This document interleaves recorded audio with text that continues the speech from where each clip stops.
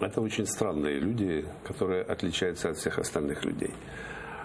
И, ну, кстати, тут ничего нет обидного, потому что они сами, в общем, это декларируют. Они говорят, что мы другие, у нас особые ценности, и у нас загадочная душа.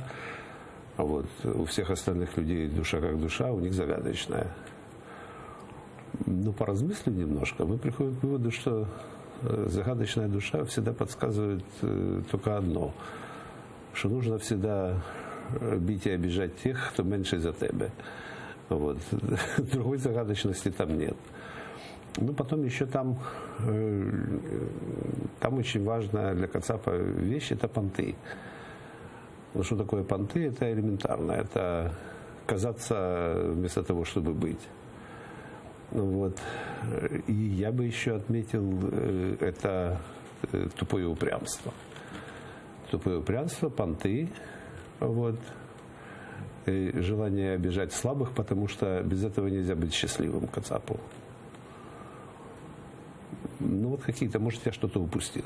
Ну вот многие говорят, и мне говорят и пишут там в Фейсбуке везде, что вот вы обвиняете в чем-то вот народ, да, и это называется русофобией.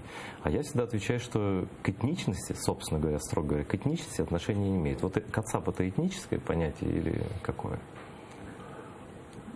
Трудно говорить об этничности, если говоришь об империи, потому что она перемалывает всех.